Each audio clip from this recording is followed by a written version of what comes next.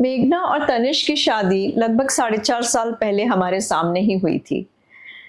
मेघना एक बहुत ही होनहार लड़की थी। पहले घर में एडजस्टमेंट्स, फिर फैमिली में उसका दाखिल होना, फिर घर परिवार और दोस्तों में अपनी जगह बनाना। इसमें समय कैसा निकल गया पता ही नहीं चला। अब बारी आई है प्रेगनेंसी होने की, जिसमें अब दिक्कतें आ रही हैं। और अब ये सोचा जा रहा है कि ये सब चीज़ें कैसे होंगी। पहले खुद से ट्राई करने के बाद दवाई गोली से ट्राई किया गया, आईयूआई किया गया और उसमें भी सफलता नहीं मिली। हालांकि केस था अनएक्सप्लेन्ड, जिसमें कि कोई प्रॉब्लम नहीं था, पर फिर भी प्रेगनेंसी नहीं हो पा रहा था।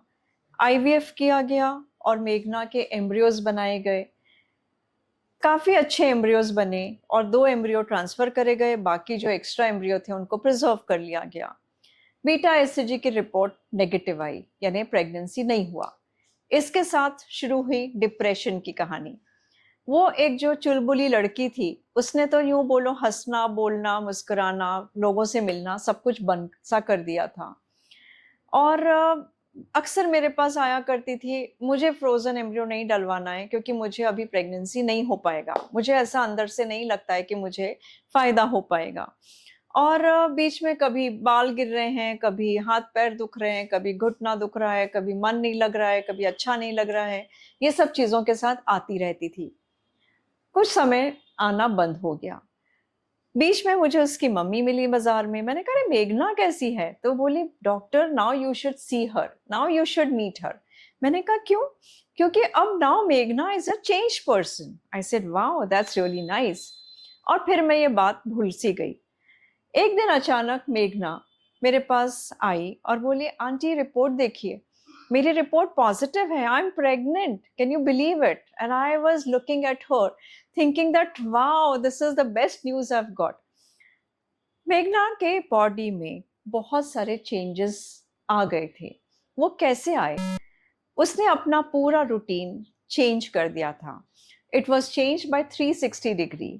हर लाइफ स्टाइल वॉज चेंज्ड।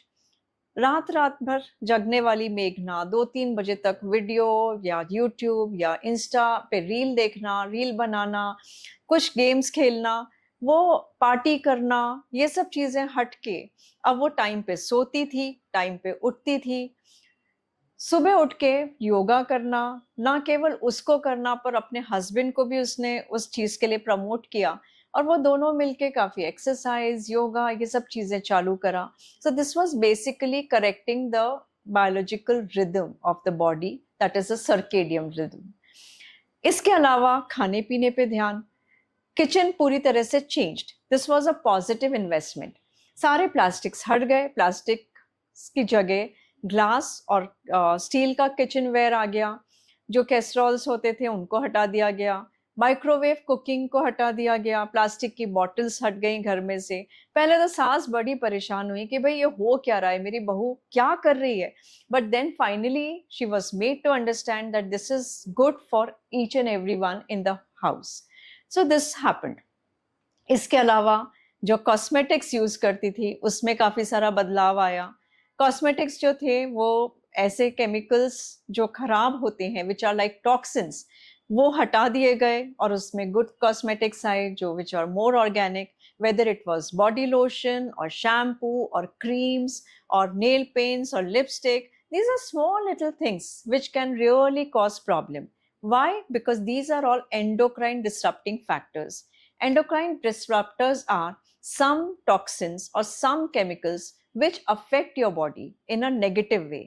अब आपने देखा होगा कि बहुत सारी लड़कियों को ओबेसिटी होता है, डायबिटीज हो रहा है, थायराइड हो रहा है, इनफर्टिलिटी हो रही है।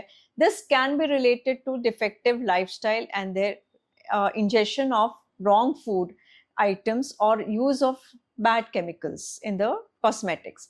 तो ये सारे छोटे छोटे चेंजेस हैं जो लाए जा सकते हैं and which are very doable.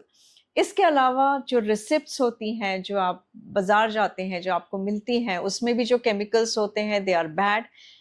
आपके जो वेजिटेबल्स होते हैं, आप बाजार जाते हैं, सब्जियां खरीदते हैं, those have pesticides which are bad.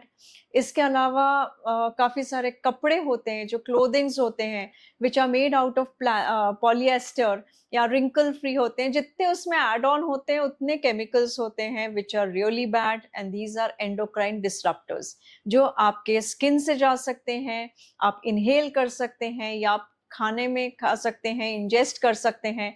So all these are affecting basically your hormones and they are causing problems. अगर हम छोटी छोटी बातों का ध्यान रखें कि हम क्या खा रहे हैं, हम क्या पहन रहे हैं, हम कैसी कुकिंग कर रहे हैं, हम प्रेजर्वेटिव्स नहीं ले रहे हैं, हम टिन्ड कैन फूड नहीं ले रहे हैं, और हम किस एनवायरनमेंट में रह रहे हैं, खुली हवा हमको कितनी मिल रही है, हम किस टाइम सो रहे हैं, किस टाइम जग रहे हैं, कितना स्ट्रेस कर रहे हैं, अगर हम इन छोटी बातों पे ध्यान दें तो काफ़ी सारे बदलाव हमारे लाइफ में आ सकते हैं।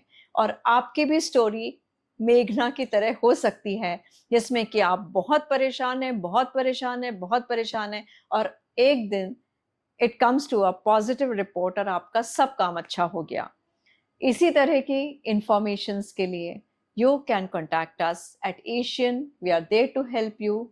Please feel free to contact us.